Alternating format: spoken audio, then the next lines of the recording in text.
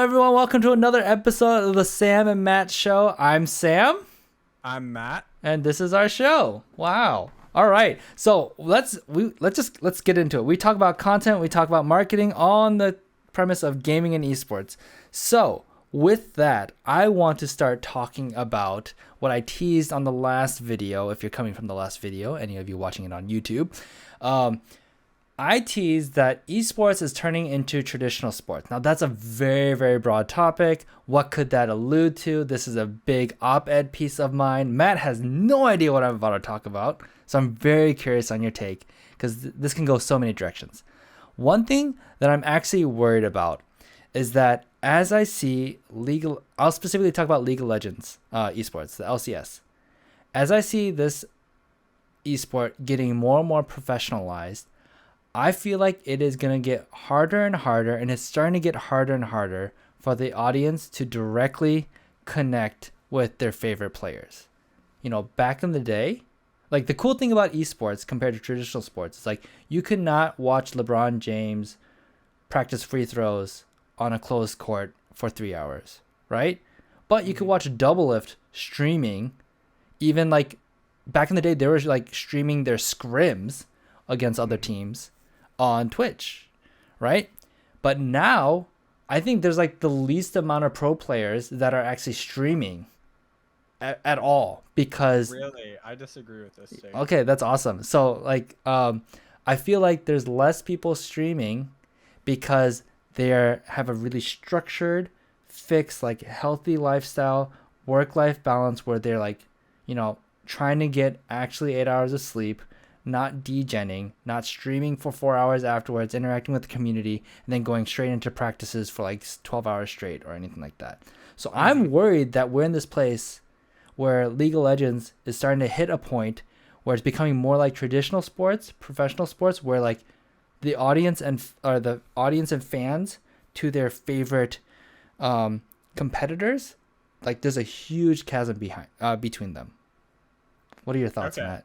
So I have two takes on this. So first of all, I would agree with you a year and a half ago / a year ago, because I think that LCS and teams were definitely seeming to sell it that way. And I will also say that selling it that way as esports, like comparing it to traditional sports or tying it to traditional sports, is probably very profitable for non-endemic sponsors, right? Because then they have a point of comparison where they're like, okay, we don't understand esports, but it's close enough to something that we do understand, which is traditional sports. And we see that the age demographic that is into esports is a market that we are trying to hit, but we cannot hit in fields that we thought we used to be able to. So in that sense, I understand why esport teams are trying to frame things in a traditional sports way. And I think that is not towards the esports audience. They're completely doing that towards the sponsor audience for people to get funding. Okay. And I do think that is actually there's a lot of truth to that, because also esports has just become more structured. Like, it's not a complete lie, although I do think that it is farther away from traditional sports than maybe people would imply. For example, I'm a fan of the Wizards from DC because they are our local team. I do not care what players we get because I am from here, and I believe in home team advantage. I'm someone who moved a lot my entire life, and my philosophy for supporting teams is that every team deserves home field advantage. So wherever I move to, I support the local teams, right? So from that sense, I see but I don't think that applies to esports because there are no local teams. And so in that sense, I think that investors could be being misled. On the other hand, I will say with the addition to Champions Queue recently, I think that you'd see a lot of that disappear. I think Champions Queue specifically is going to promote people streaming or just like by transit, like if anybody is streaming that Champions Queue game, people will tune in. And I think there is a Twitter account dedicated to like being like, oh, JoJo is in this Champions Queue game versus this person, like JoJo versus Bjergsen. So I think that Champions Queue specifically is going to add a lot more streaming, because I feel like I had your take a year ago, and I feel like I was kind of doomer, and Mm-hmm. now I'm becoming more optimistic through Champions Gear because I've seen more streams from it, or at least like if there is a streamer who is in Champions Queue, you get that perspective. And since voice chat is already kind of standard, it almost reverses that, and it incentivizes pro players to stream more anyway, Uh-oh. just because it's like, all right, you're already voice chatting, you're already doing this, like this is the content. So that is like, I think Champions Queue is what gives me hope for the future. That's Sure. my take. Yeah, yeah. So I guess this is tricky because I think we're talking anecdotally, right? It's like based on feel, not numbers. So maybe I need to go back and like check like what are this would be so much work. But if I went back to on Sully Gnome and found like all the LCS pro players and like how much they streamed 5 years ago compared to like this season, I wonder what the numbers would say, and that's like the only way I guess to like come up with something conclusive. But yeah, I still think like I I think Champions Queue could help. I just like don't know what the numbers are with streamers because I feel like most people are watching Double Lift and like those big streamers and Sneaky, and now that they're gone, is anyone getting those numbers in the LCS? So are people actually getting like?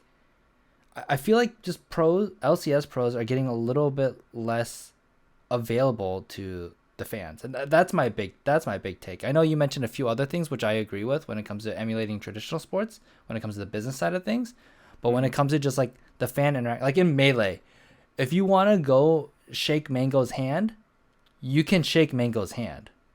If I wanted to go Yeah, shake, that's actually insane. yeah, For the record, if I wanted to go shake JoJo's hand, only way I could do that is go into the LCS and like give him a high five after the game or something like that.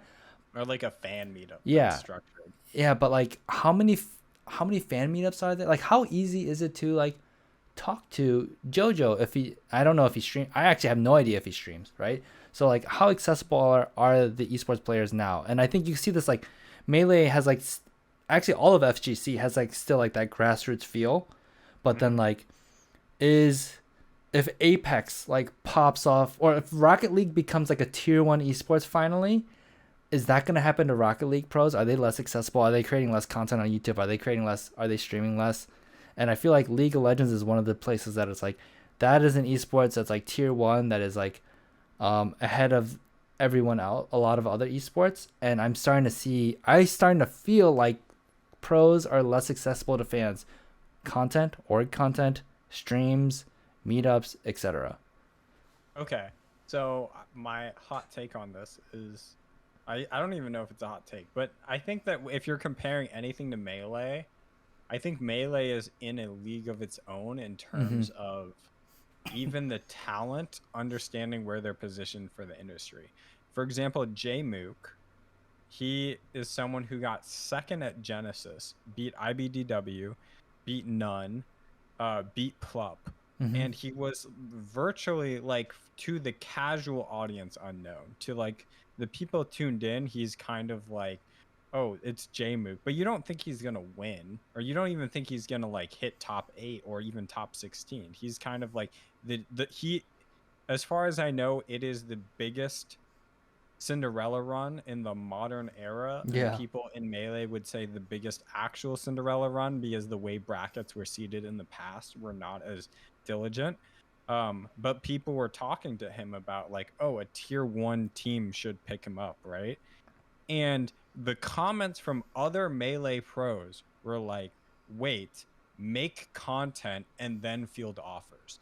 Like, don't even like look at like, wait till you make content, because then when you make content, your negotiation and your value to that organization is going to be so much more valuable. Mm. So like focus on that and be good, and then the deal that you will get will be incredibly good, right? Mm-hmm. Whereas if you're talking about like League of Legends or basically any other esports, you don't really see these conversations happening because Melee already comes from a grassroots scene where you have to do this to increase your value to become profitable. And then even if you don't and you're profitable, it's like if you do this, you're going to be very, very profitable. Yeah. So even though he's a player who could probably land a tier 1 org with his fan base just from that run, even like other Melee pros are like, wait, hold on, stream more, make content, then field offers. It'll Wow. turn out way better for you. And so I That's think crazy. Melee is an anomaly. Huh. Interesting. Yeah, no. Wow. I don't know if I agree with that or not, or like that should be Jmook's. I guess it depends. If he signed like a 1-year contract, then worked on his content, because then he has security. But okay, I think we're tangenting a little bit. That's such an interesting idea, thought though. But okay, yeah. Because for example, going back to LCS, right? If I think about like big events, you don't get to high five the winning team like MSI or Worlds, right? Because it's just too big. So if LCS got even bigger, where the LCS arena was a bigger stage, more fans, that would turn into a place where you can't high five. And then could you do fan meetups after each match outside the venue? I don't know. So like Why maybe wouldn't you be able to? because it might take too much time. Because right now I think the fan meetups, the last time I went, what happens is like Align forums, um, people line up to take pictures with the team, and that takes like 20 minutes, and then they peace out, or they stay or do whatever, they move on to the next thing, because the line's not that huge, because the LCS arenas only fits like 200 people, 150 people, something like that. Maybe it's more than that, but it's not that many. And then people are still watching the games that are happening like in the arena while there's a fan meetup.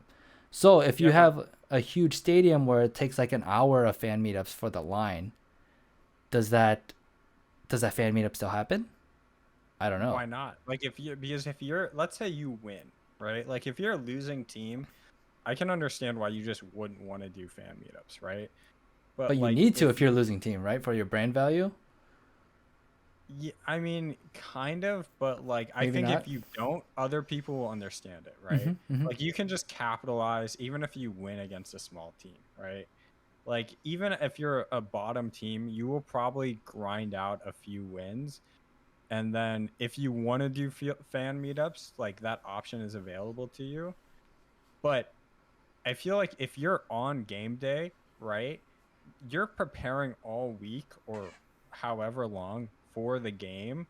Like if it's gonna take an hour, 2 hours, theoretically, like even if it took 4 hours out of the time, right? The time window that it's burning is not the thing that is stopping people, because it's like they're done for the day. The Mm. job is over at that Yeah, point, yeah. right? They're not gonna fucking watch VODs right after they won like after a game, you know? They're gonna save that for the next day. So I feel like there's gonna be that time in the schedule to do it. It's just, is it worth it? And it's like, I mean, why not, right? Like if people are already doing it during LCS, I don't understand why all of a sudden now it wouldn't be worth it to do fan meetups. The actual danger of it is just if fans become so parasocial or crazy, where you have crazy Yeah, fans, yeah. that is much more dangerous to me than like because LCS has become too traditional sports. But like I don't think that the players, like, okay, if they don't do the fan meetup, I don't think they're doing anything productive that day. They're probably just chilling because they just had a game. Either they lost and they need to be like figure it out, or like mentally peace out and have a rest, or they Hmm. won and they're like in a good mood. Yeah, So I sure. don't think that that's going to change fan meetups specifically. Gotcha. So, I guess going back to the point, like, or I mean, we never left the point. Do you think esports is at risk of having that big separation of fans and pros, like compared to traditional sports? Because I feel like, am I wrong? Is that wrong to think that I traditional think sports in has a big LCS, gap? I think in LCS specifically, it seems more prominent because even in Valorant, which is arguably a bigger esport, it seems like I just personally see more like Tens is like one of the biggest Valorant players Mm-hmm. in the world, and he streams and he does content. So there is something specifically about LCS that I do find interesting, that people seem less down to build their own brands or seem to be doing content. Um, and it probably does involve like, your salary. And I'm sure Valorant players get paid a lot, and a lot of Valorant players don't stream or whatever. Um, but I mean, like, if Tens is streaming and he's one of the biggest Valorant streamers and players, he has time to stream and he doesn't seem burdened by it. I find it interesting, and I also think there's probably comparisons to like EU and NA. Mm-hmm. Um, because I don't really see NA players really trying to build brands, even like early, like Sneaky built a brand, Mm-hmm. Doublelift built a brand, right? And you saw players, Ole streams, uh, fucking, he streams Champions Queue, right? Yeah. He's not even getting that many viewers. So Mm-hmm. there's definitely like a level of brand building that seems like people don't take seriously as much anymore, which I think they should. But I would say like a year ago, that was a worse problem than it was today. Like I actually think it's getting better literally through Champions Queue, because I think if you asked me this question a year ago, I think that I couldn't name you an LCS player that streamed. Whereas now I can see people either streaming or being in like cross streams or et cetera, et cetera. So I think there's a possibility it can move in that direction. But like in terms of have we gone too far in that direction? Like I guess I would agree with you, but I would say that we went too far in that direction like 2 years ago. Mm-hmm. So I don't think this is a new problem. Gotcha.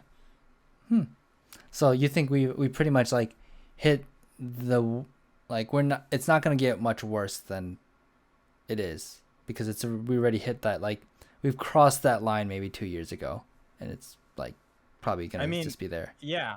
I guess in terms of like behavior, I don't think it's going to get worse. It could get worse in the fact that since this has been happening for so long, you're going to see the effects of that. You're going to see the effects of pro players not streaming for 2 years hitting today, right? Mm-hmm.